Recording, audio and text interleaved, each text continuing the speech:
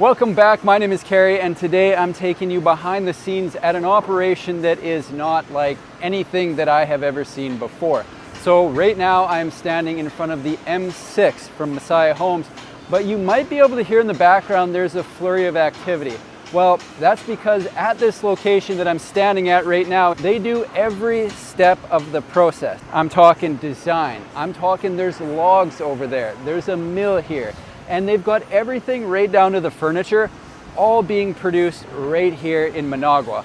So what I thought I would do was, yeah, we'll have a look at the M6, but I'm gonna take you through every step of the process of how this home went from a log to what I'm standing in front of right now. And at each step, I'm gonna talk to someone from that department to find out a little bit more about how it all works. A little bit of housekeeping right up front. I am in Nicaragua right now, and a gray shirt was probably a bad idea because it feels like it's possibly 200 degrees out. So I will go as long as I can without a sweat stash and turning this gray shirt black, but what can I say? It's not gonna be long. All right, let's do it. The Masaya Homes Factory is located in Managua, and at its core, the company is a reforestation project. That's how it all started. They started replanting teak in areas that had been deforested for cattle farming. I'm gonna post a video on that. It may or may not be up already. The point is that these trees that I'm standing in front of are teak that they planted probably 15 to 20 years ago. So everything that they build with is actually coming from a forest that they planted, which is something that I have never seen before. From here, the logs go to their mill, which is behind the camera, and I'm gonna talk to someone there because I worked in a mill, but I don't know a lot about how it all works. Let's go check it out though. How many different cuts of wood are you spitting out of the sawmill? We'll cut, depending on the needs of the homes and the furniture factory, but we'll cut 1 inch, 2 inch, 3 inch, all the way to 4 inch blocks. Yeah. So this is the sawmill here, and then I've got the kilns over here. So we'll classify, send the wood to the kilns, then reclassify, run it through the dimensioning area there, and then from there it gets split off, and part of it goes up to the prefab area, and then part of it goes down there to the furniture factory. Gotcha. My name is Francisco. I'm the general manager of the factory, and I oversee everything from the milling all the way to the shipping of the containers. All right, so what are we looking at here? All right, so here's the basic setup that we've implemented over the past few years. So we're talking about a log in-feed deck. You know, we run the logs, we bring in the logs, put them in the deck, and we start processing through rip saws. These are multi-rip saws that we use just to cut basic, it's a basic cut, just producing edgings of the logs, and those edgings are converted into lumber and biomass. So we use a multi-rip to create the first cut, the first 2 edgings, then we use another multi-rip to make a second cut and turn the center of the log into a block. And afterwards, we just run it through the process, either through the resaws or another multi-rip, in order to get lumber out of the log. Sawn lumber, basically. From the mill, we go to the prefab shop. So behind me, there's a team in there working on building panels that can be put into a shipping container and sent up to California. That trip takes about 6 weeks.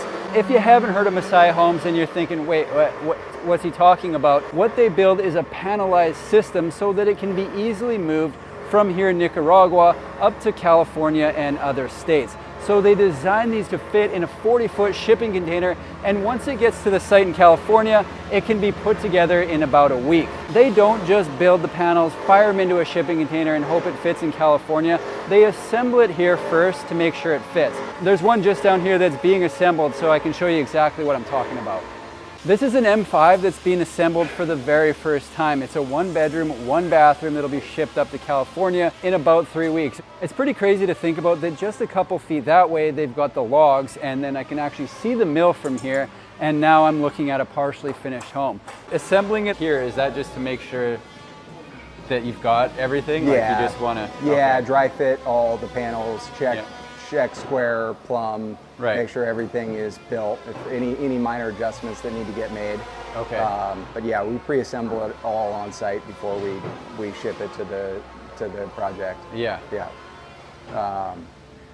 So closet here, underfloor access in here.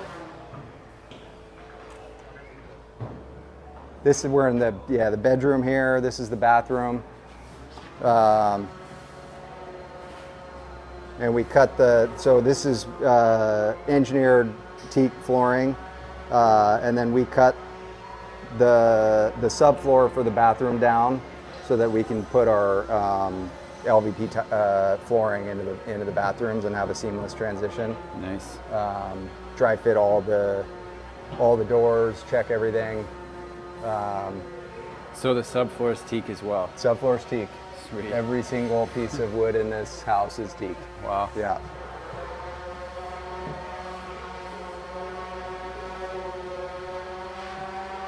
Living room here. And then all the windows are purchased in California? Yeah, so we'll do like, this is a fixed slatted panel window. So we'll build that here. Yeah. The frame, and then we'll purchase the glass as part of our US kit. Yeah. And this here is also a fixed slatted panel window, so same thing. The sliding glass doors, this is an in-swing entry door and slatted panel, so this door we'll build here. Yeah. This is a Milgard Trinsic window, so we'll build the rough opening, but we'll purchase that in the US and install it. Yeah. That's why you don't see the cladding or anything there, because we need the rough opening installed with the nail flange, waterproof, and then we send the cladding separate and we'll install the cladding on site. Behind me, what we're looking at is 3 separate homes. So this will give you an idea of what a panelized, flat pack home looks like before it actually gets built. 3 of them actually. So I believe these 3 are all going to California, but don't quote me on that because I'm not 100% sure. So how it works from here is that's the loading bay right there. A shipping container can back right up to that door. It gets loaded in and away they go. 4 to 8 weeks, an average of 6 from here to the San Francisco Bay or California area.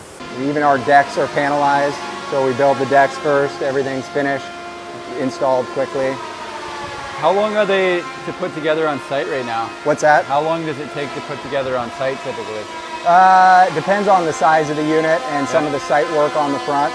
But we can put the structure together of like an M5 in about a week. A week, okay.